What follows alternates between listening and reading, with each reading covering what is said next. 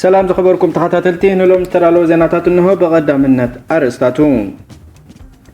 قدامي منستر إثيوبيا دكتور أبي أحمد أسمر أتيوم أبي إرترا شدش سبات كاب كورونا فيروس حويوم FBI تويتر ناي فلوتا سبات زد قعو سرسرتي خدس آري جميروم أب أفريقيا لبدا كورونا فيروس زيادان دك أنستيو يحسي كمزولو تحلق تمثلات يقول تلوهم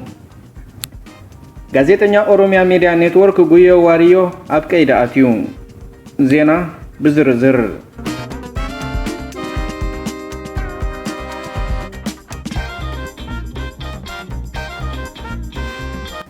ቀዳማይ ሚኒስትር ኢትዮጵያ ዶክተር አብይ አህመድ ናይ ስራሕ ዑደት ንምፍጻም ሎሚ ቅንባትሪ አስመራ ከምዛኣተወ ሚኒስትር ዜና ኤርትራ አቶ የማነ ገብረ መስቀል ኣብ ትዊተር ሓቢሮም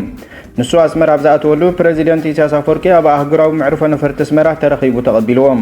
ክልቲኦም መራሕቲ ኣብ መንጎ ክልቲአን ሃገራት ዘሎ ዝምድናታት ንምሕያልን ንዞባዊ ምትሕግጋዝን ኣመልኪቶም ከም ዝዘራረቡ እቲ ሓበሬታ ብተወሳኺ ኣረዲዮም ፕሬዚደንት ኢሳያስ ኣብ ፈለማ ግንቦት ኣብ ኢትዮጵያ ናይ ክልተ መዓልትታት ዑደት ኣካይዱ ምንባር ዝዝከር ኮይኑ ብድሕሪኡ እውን ኣብ ወርሒ ሰነ ናብ ሱዳን ኣብ ፈለማ ወርሒ ሓምለ ቀፂሉ ናብ ግብፂ ከም ዝገሸ ዝዝከር እዩ ቀዳማይ ሚኒስትር አብይ አሕመድ ንምክትል ሚኒስትር ጉዳያት ወፃኢ ኢትዮጵያ ኣምባሳደር ሬድዋን ሑሰን ከምኡውን ወሃቢ ቃል ፓርላማ ኢትዮጵያ ኣቶ ታገሰ ጫፎ ዝርከብዎ ጉጅለ መሪሕ እዩ ኣስመራ ኣትዩ ዘሎም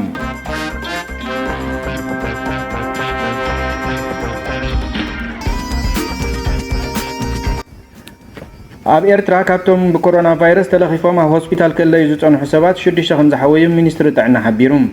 ክሳብ ሕጂ ኣብ ኤርትራ 251 ሰባት ብኮሮና ቫይረስ ክልከፉ እንከለዉ እቶም 155 ሙሉእ ብሙሉእ ሓዊዮም ነናብ ቤቶም ከም ዝተፋነዉ እቲ መግለፂ ሚኒስትሪ ጥዕና ብተወሳኺ ይሕብር ኣብ ኢትዮጵያ ምስ ንኸይድ ድማ ኣብ ዝሓለፈ 24 ሰዓታት 7407 ሰባት መርመራ ኮሮና ቫይረስ ተገይርሎም 344 ሰባት እቲ ቫይረስ ከም ዝተረኽቦም ተረጋጊጹ ካብዚኣቶም እቶም 206 ኣብ ርእሲ ከተማ ኣዲስ ኣበባ 31 ካብ ኦሮሚያ 29 ድማ ካብ ክልል ትግራይ ዝተረኽቡ እዮም ኣብታ ሃገር ክሳብ ሕጂ ብጠቕላላ 9147 በዚ ቫይረስ ተለኺፎም ኣለዉ 4900 ካብዚኦም ካብቲ ሕማም ሙሉእ ብሙሉእ ክሓዊ እንከለዉ 163 ሰባት ድማ እዚ ቫይረስ ብዘምፅኦ ጠንቂ ሞይቶም ኣለዉ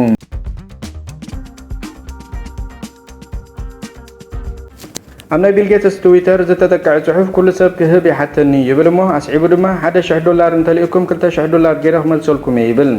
ትዊተር ከም ዝብላ ኣብ ውሽጢ እቲ ትካል ንዝሰርሑ ፍቓድ ዘለዎም ሰራሕተኛታት ዒላማ ብምግባር ንውሽጣዊ መሳርሒታትን መንገድታትን ትዊተር ብምጥቃም ዝተፈጸመ መጥቃዕቲ ክብል ገሊጹ ሓላፊ ትዊተር ጃክ ዶርሲ ብወገኑ ንናይ ትዊተር ሰባት እዚ ከቢድ መዓልቲ እዩ እዚ ብምፍጣሩ ኣዝና ናሓዝን ኢሉ FBI ኣብ ዝሓበ ሓበሬታ ድማ ንጥፈታት ክሪፕቶ ካረንሲ ንምፍጻም ዝተገብረ ፈተነ ኢሉ ሓደ ካብ መስረቲ ክራውድ ስትራይክ ናይ ዝበሃል ኣብ ውሕስነት ሳይበር ዝሰርሕ ትካል ዲሚትሪ አልፔሮቪች ንሮይተርስ ኣብ ዝሃቦ መግለፂ ኣብ ልዕሊ ሓደ ዓቢ ማሕበራዊ መራኸቢ ዝተፈጸመ ዝኸፍአ ናይ ስርሰራ መጥቃዕቲ እዩ ኢሉ ኣብ ወግዓዊ ትዊተር ናይ ኤሎን መስክ ዝተጠቅዐ ጽሑፍ ኣብ 30 ደቂቕ ናይ ሓደ ዲጂታላዊ ኣድራሻ ቢትኮይን እንተልኢኩም ዕፅፊ ገይረ ክመልሰልኩም ይብል ብምኽንያት ኮቪድ-19 ክልግስ ደልየ ኣለኹ ዝብል እቲ ጽሑፍ ናብቲ ናይ ቢትኮይን ኣድራሻ ዝመርሕ ሊንክ ድማ ምስኡ ተጠቂዑ ይርከብ ነይሩ እቲ ጽሑፍ ኣብ ውሽጢ ደቓይቕ ካብ ትዊተር ተኣልዩ ማእከል ሃገራዊ ድሕነት ሳይበር ብሪጣንያን ሓለፍቲ ስራሕ ትዊተር ከም ዝረኸቦም ክገልጽ እንከሎ ሰባት ናይ ገንዘብ ወይ ካልእ ኣዝዮም ተኣፈፍቲ ዝኾኑ ውልቃውያን ሓበሬታታት ኣብ ማሕበራዊ ሚድያ ካብ ምጥቃዕ ክትንቀቑ ኣለዎም ዝብል መግለፂ ከም ዝረኸበ ሓቢሩ ብርክት ዝበሉ ኣሜሪካውያን ፖለቲከኛታት ግን ብዙሓት ሕቶታት የቕርቡ ኣለዉ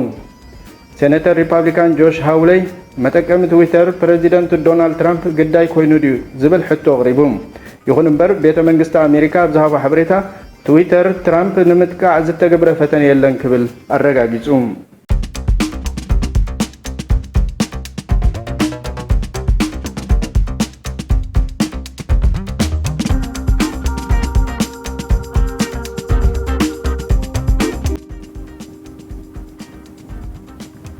ኣብ ኣሜሪካ ዝርከብ መንበር ገዛ ፕሬዚደንት ጋምቢያ ነበር ያህያ ጃምዕ ክህገር ከም ዝኾነ ተገሊጹ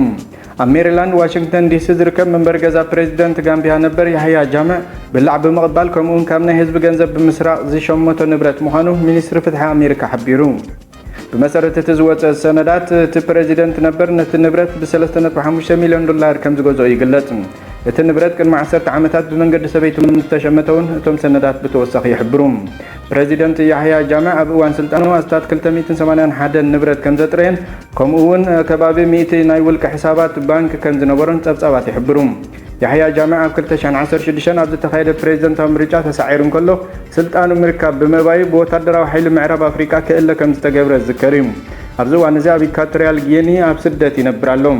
እዚ ፕሬዚደንት ነበር ኣብ 2018 ምስ ስድራ ቤቱ ናብ ኣሜሪካ ከይኣቱ ተኣጊዱ ምንባሩ ይፍለጥ።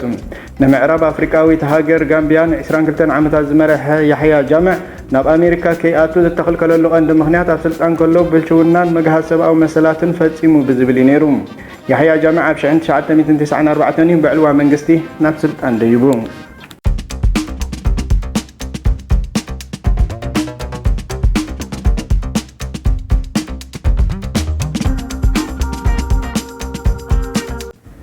ጋዜጠኛ ኦሮሚያ ሚዲያ ኔትወርክ ጉዮ ዋሪዮ ትማሊ ኣብ ቀይዲ ከምዝኣተወ ኣባላት ስድራ ቤቱ ንቢቢሲ ሓቢሮም። ንሱ ንስነ ጥበባዊ ሃጫሉ ሁንዴሳ ቅድሚ መቕታሉ ቅድሚ ሓደ ሰሙን ኦኤምኤን ኣብ ዝፈነወ ቃለ መጠይቕ ነቲ ስነ ጥበባዊ ቃለ መሕትት ከም ዝገበረሉ ዝዝከር እዩ።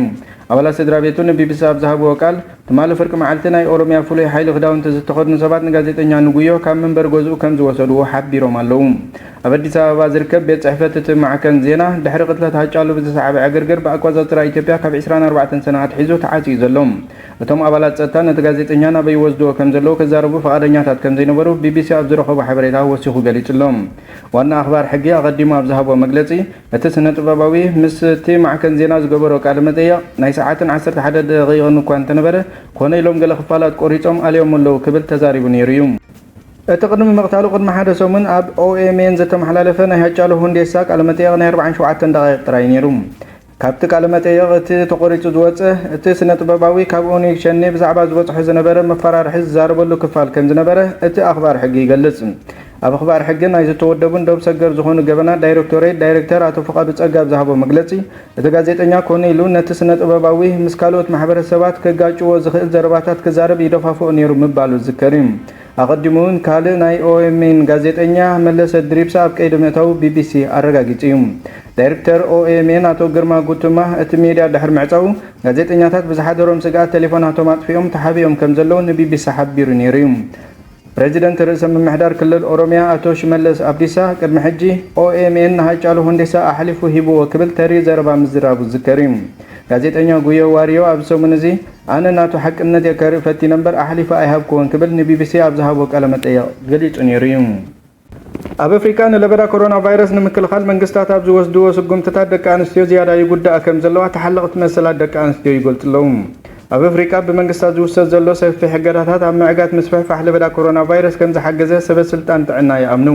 ኮይኑ ግን እዚ ኣብ ገዛ ምዕፃው ዝብል ስጉምትን ንደቂ ኣንስትዮ ዝያዳ ከም ዝሃስዮን ተሓለቕቲ ዝገልጹ ዘለዉ። ተቓላሲት መሰላት ደቂ ኣንስትዮ ግራቻ ሚሸል ኣብ ዝሓለፈ ኣዋርሕ ኩነታት ደቂ ኣንስትዮ ብቐረባ ትከታተልን